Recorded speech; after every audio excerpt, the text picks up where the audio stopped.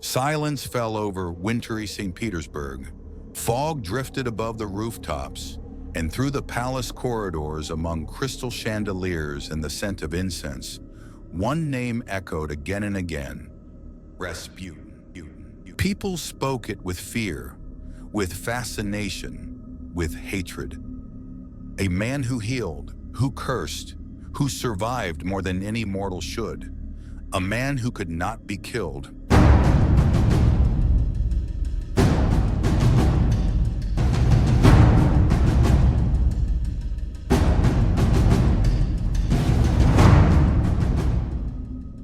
He was born in 1869 in a godforsaken village called Pokrovskoye, deep in Siberia.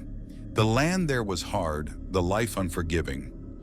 Grigori Rasputin was nothing remarkable, a peasant with rough hands, a wild stare, and an unsettling presence.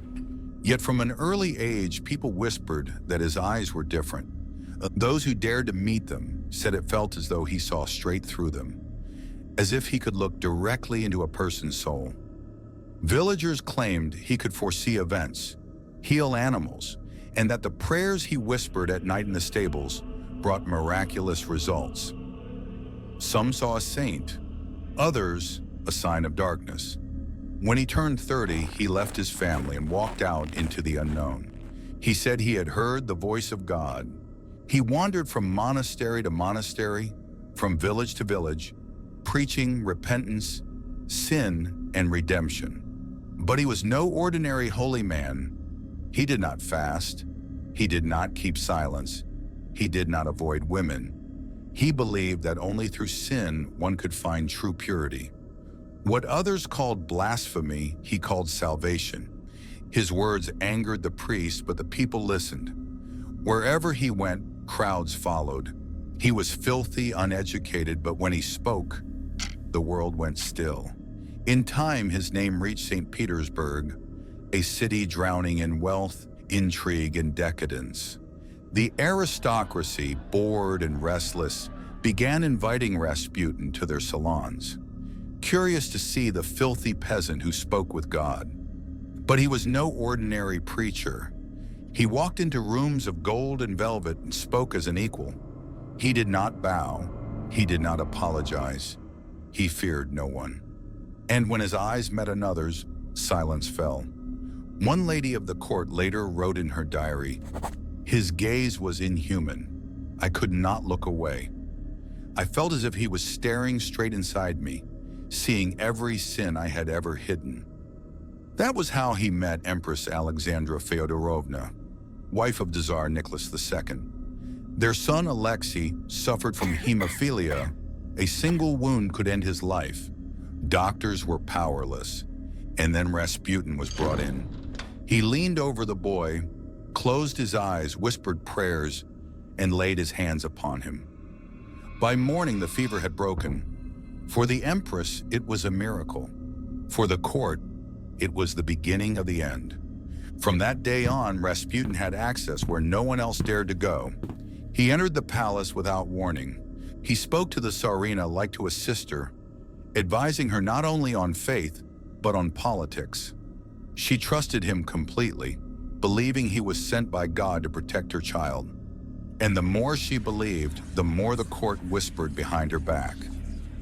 They said Rasputin had hypnotized her, that he ruled Russia from the shadows, that he was her lover. Rumors spread through the capital like poison. The aristocrats hated him. The generals cursed his name. But Rasputin feared no one. He was contradiction itself.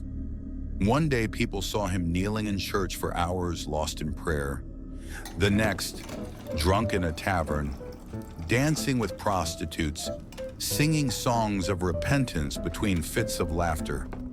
And yet, everyone who met him felt they had stood before something unnatural.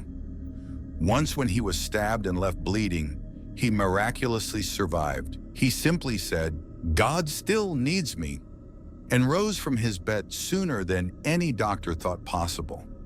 Rasputin had become a ghost that nothing could destroy. People began to whisper that he could not die, that he was somehow beyond death itself. But as his power grew, so did the hatred around him.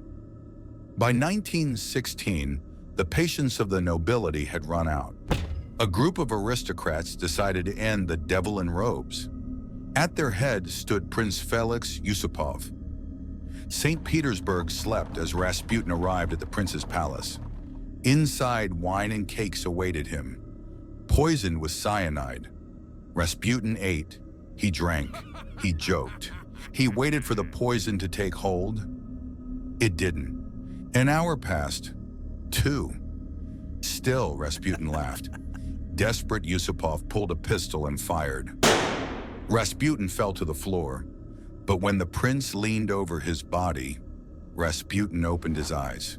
He stood up, covered in blood, swaying, but alive. He staggered toward the door. Gunshots echoed again. This time he fell. His body was carried away and thrown beneath the frozen waters of the Neva River. Days later, when it was found, the doctors saw something that froze their blood. His hands were torn and bruised, as if he had tried to claw his way out from beneath the ice. Some said he was still alive when they threw him in. Others believed he froze to death, fighting for one last breath. The reports gave no clear answer. There was no water in his lungs. Perhaps he had not drowned at all. Perhaps the poison stopped his heart. Or perhaps you simply can't kill a man who had already given his soul to darkness. A few days before his death, Rasputin had written a letter to the Tsar. It said, "If I am killed by a common man, you and your family will live long. But if I am killed by a noble, your dynasty will perish within 2 years." 2 years later, the Romanovs were executed in a basement in Yekaterinburg. The prophecy came true, word for word. Those who had seen Rasputin in life said his presence was like a darkness that drew you in. When he spoke, time seemed to stop. And in his eyes, there was something unearthly, a light that didn't belong to this world. Some believed he truly had the gift of God.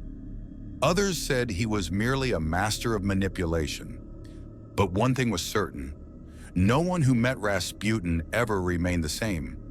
When his body was burned, witnesses swore that in the flames he rose for a moment, as if trying to stand once more. The fire crackled, and for a brief instant, his face appeared through the smoke, smiling. Was it an illusion, or did he truly refuse to die? Today, Rasputin lives on in legend. To some, a prophet. To others, a demon who poisoned Imperial Russia. He was the mirror of his age, a world where holiness and corruption walked hand in hand. He was the man who understood that faith is the most powerful weapon, if you know how to wield it. No grave bears his name. No relic holds his memory. Only the shadow of a man who could never be silenced, and a whisper that still drifts through the Russian fog. You cannot kill what has already been cursed. Subscribe to Dark Age Tales, where history never sleeps and never dies.